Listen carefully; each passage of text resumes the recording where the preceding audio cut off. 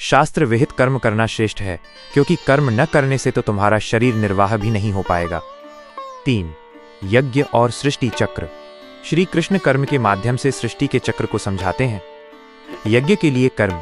भगवान कहते हैं कि मनुष्य को यज्ञ के लिए यानी निःस्वार्थ भाव से लोक कल्याण के लिए ही कर्म करना चाहिए।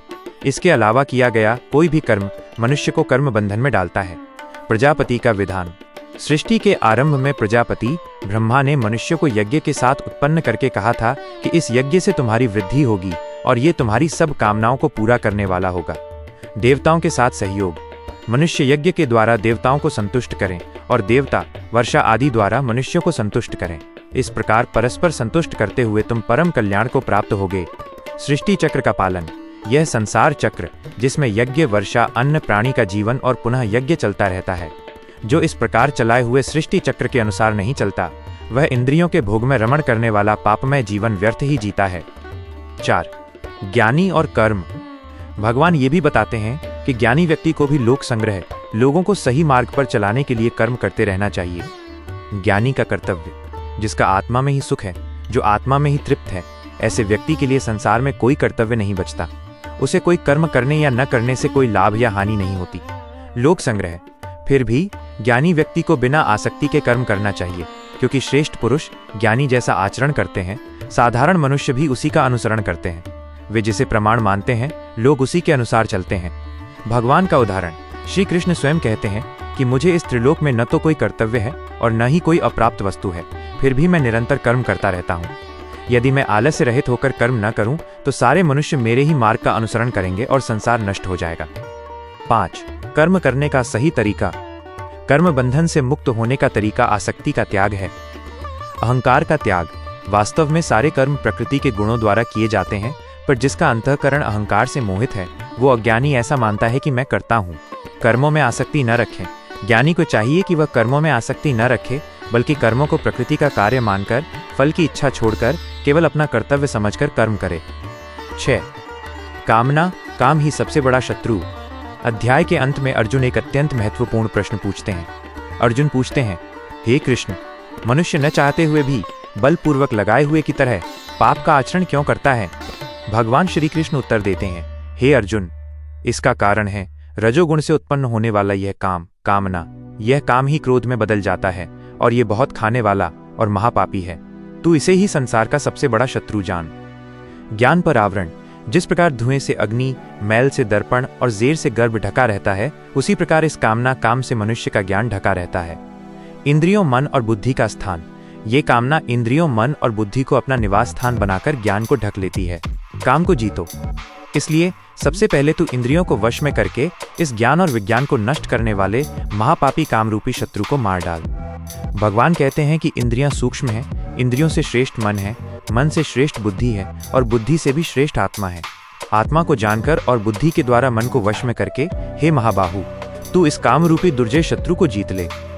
निष्कर्ष। कर्मयुग का यह अध्याय हमें यह शिक्षा देता है कि कर्म करना अनिवार्य है, इसलिए हमें कर्म से भागना नहीं चाहिए, बल्कि उसे सही तरीके से करना चाहिए। सही तरीका यह है कि फल की आसक्ति को त्याग कर केवल अपना कर्तव्य समझकर कर्म करें। इस प्रकार कर्म बंधन से मुक्त होकर हम परमात्मा को प्राप्त कर सकते हैं और जीवन का परम लक्ष्य सिद्ध कर सकते हैं। जय श्री कृष्ण। 1. कर्मण्येवाधिकारस्ते। कर्तव्य पर ध्यान। सिद्धांत। श्री कृष्ण कहते हैं कि हमारा अधिकार केवल कर्म करने में है, उसके फल पर नहीं।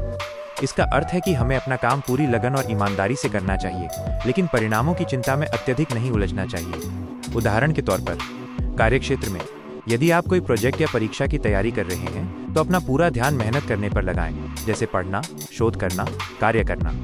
ये चिंता करना छोड़ दें कि आपको पदोन्नति मिलेगी या आप शीर्ष अंक प्राप्त करेंगे या नहीं। आपका संतोष आपके प्रयास में होना चाहिए। संबंधों में आप किसी के प्रति अपना कर्तव्य या प्रेम निभाएं। यह अपेक्षा न रखें कि वो व्यक्ति भी आपको ठीक उसी तरह प्रतिफल दे। आप अपना सर्वश्रेष्ठ व्यवहार करें। 2. स्थित प्रज्ञ, शांत और स्थिर बुद्धि। सिद्धांत। स्थित प्रज्ञ वो व्यक्ति है जिसका मन सुख दुख, लाभ हानि, मान अपमान जैसी द्वंद्वात्मक स्थितियों में भी शांत और स्थिर रहता है।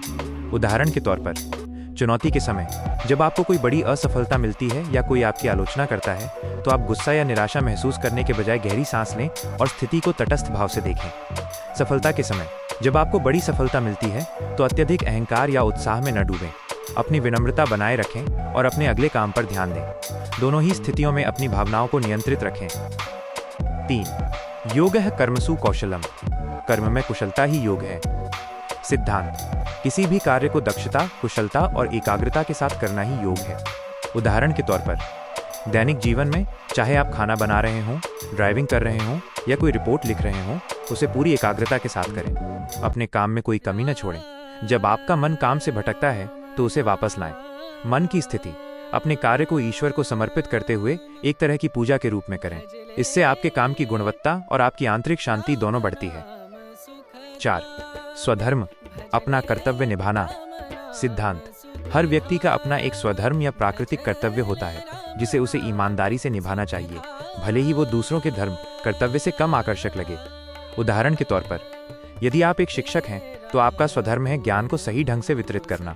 यदि आप एक माता पिता हैं तो आपका स्वधर्म है बच्चों की देखभाल करना। निष्कर्ष: दूसरे की शानदार नौकरी या जीवन शैली की नकल करने के बजाय अपने वर्तमान दायित्वों को पूरी जिम्मेदारी से निभाएं। यही आपको सच्ची शांति और सफलता दिलाएगा। ये सिद्धांत आपके जीवन को एक सार्थक दिशा दे सकते हैं। क्या आप इन सिद्धांतों में से किसी एक को अपने जीवन में लागू करने के लिए और विस्तार से जानना चाहेंगे? सिद्धांत पर आधारित एक कविता यहाँ प्रस्तुत है जो आपको जीवन में आगे बढ़ने की प्रेरणा देगी। कर्तव्य गीत: न सोचो लाभ हानि क्या, परिणाम कहाँ तक जाएगा, बस हाथों में जो कर्म है उसे श्रद्धा से कर तू जा। अधिकार तेरा बस यही कि कर्म करे तू ध्यान से, फल की चिंता छोड़ दे, मिले चाहे वो मान से या अपमान से।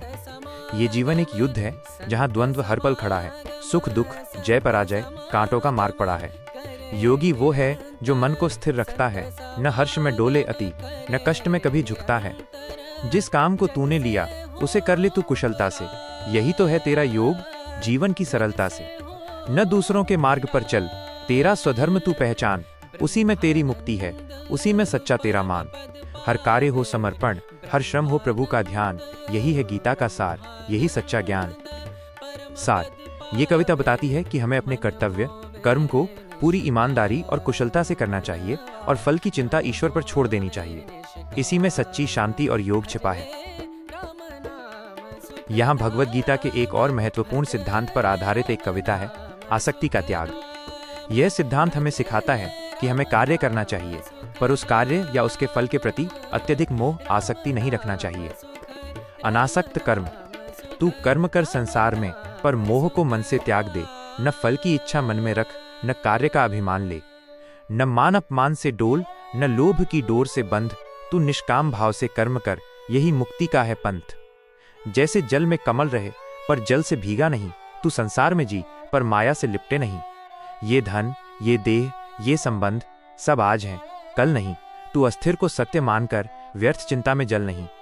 जब बंधन टूट जाएंगे और सत्य का होगा बोध, तब जान ले तूने पा लिया जीवन का परम निरोध।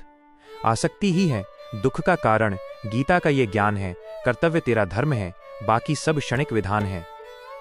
सार: ये कविता बताती है कि हमें दुनिया में रहकर भी चीजों के प्रति अत्यधिक मोह या आसक्ति नहीं रखनी चाहिए। कार्य को करते हुए भी अपने मन को मुक्त रखना ही भगवद गीता का अनासक्त कर्म योग है। भाव और उत्साह सराहनीय है। भगवद गीता का ज्ञान सभी के लिए प्रेरणा का स्रोत है। मैं आपकी इस भावना का सम्मान करता हूं और कामना करता हूं कि आपका गीता ज्ञान चैनल सफलता और अधिक से अधिक लोगों तक भगवान श्री कृष्ण के दिव्य और कल्याणकारी संदेश को पहुंचाए। आपकी ये पहल निश्चित रूप से शुभ कर्म है जो लोगों के जीवन में सकारात्मक बदलाव लाएगी। भगवान श्री कृष्ण के चरणों में प्रार्थना: ये एक अद्भुत और भक्तिपूर्ण भावना है। शुभकामनाएं। आपका चैनल निरंतर प्रगति करे, सभी श्रोता और दर्शक ज्ञान और शांति प्राप्त करें।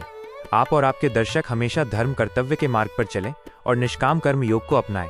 यह आपके द्वारा दिए गए संदेश के मुख्य बिंदु और कीवर्ड्स, जिन्हें आप अपनी वीडियो के अंत में या विवरण डिस्क्रिप्शन में उपयोग कर सकते हैं। आपकी अपील के मुख्य कीवर्ड्स। लोगों ने ये वीडियो पूरा देख लिया तो प्रभावी उपयोग के लिए छोटा संदेश, वीडियो आउट्रो स्क्रिप्ट। दोस्तों, यदि आपको ये गीता ज्ञान अच्छा लगा और आपने ये वीडियो पूरा देख लिया है तो हमें सपोर्ट करने के लिए चैनल को सब्सक्राइब करके लाइक जरूर कीजिए। इस ज्ञान को औरों तक पहुंचाने के लिए अपने दोस्तों के साथ शेयर भी कीजिए। धन्यवाद।